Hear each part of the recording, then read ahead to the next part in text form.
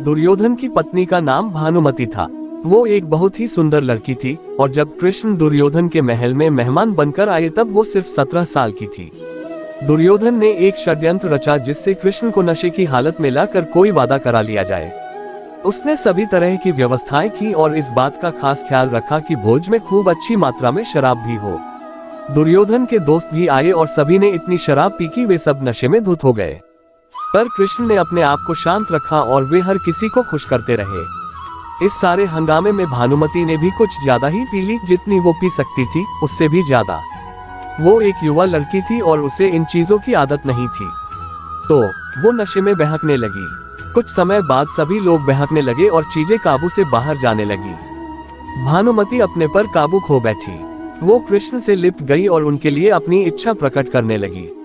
कृष्ण ने उसे किसी शिशु की तरह संभाला और वे समझ गए थे कि स्थिति खराब हो चुकी थी। वे समझ गए थे कि भानुमति अगर कुछ गलत कर बैठी तो बाद में संभाल नहीं पाएगी और हस्तिनापुर की रानी का गौरव कलंकित हो जाएगा।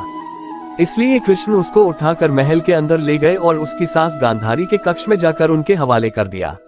अगले दिन सुबह जब भानुमति को पता चला तो वो कृष्ण के प्रति सम्मान और कृतज्ञता से भर गई कि उन्होंने उसे बचा लिया था।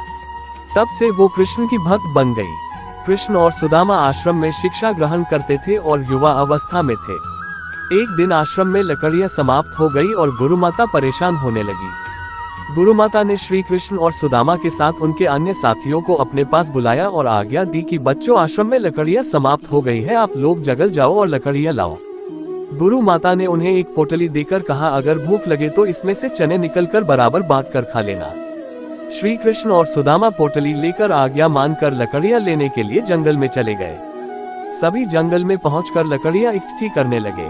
लगभग सभी ने लकड़ियां इकट्ठी कर ली थी, लेकिन शाम हो गई थी। साथ में ही मौसम बहुत ज्यादा खराब होने लगा था। मौसम इतना खराब हो गया कि बारिश होने लगी और तूफान भी बड़ी जोर से आने लगा। तूफान और बारिश रुकने का नाम ही नहीं ले रही थी। तो श्री कृष्ण और सुदामा ने सोचा कि हम एक पेड़ पर चढ़ जाते हैं, जिससे हम बारिश में भीगने से बच जाएंगे। दुर्भाग्यवश ऐसा नहीं हुआ। दोनों पेड़ पर तो चढ़ गए लेकिन वह भीगने से नहीं बचे। बारिश भी अधिक तेज होने लगी थी। बहुत ज्यादा रात हो गई लेकिन बारिश नहीं रुकी। दोनों ठंड के मारे कांप रहे थे। तभी सुदामा को याद आया कि गुरु माता ने हमें चने की पोटली दी थी। सुदामा ने मन ही मन सोचा कि श्री कृष्ण को याद नहीं है कि गुरु माता ने हमें चनों की पोटली दी थी। सुदामा चने चुपके चुपके खा रहा था। श्री कृष्ण को चनों के चबाने की आवाज आ रही थी।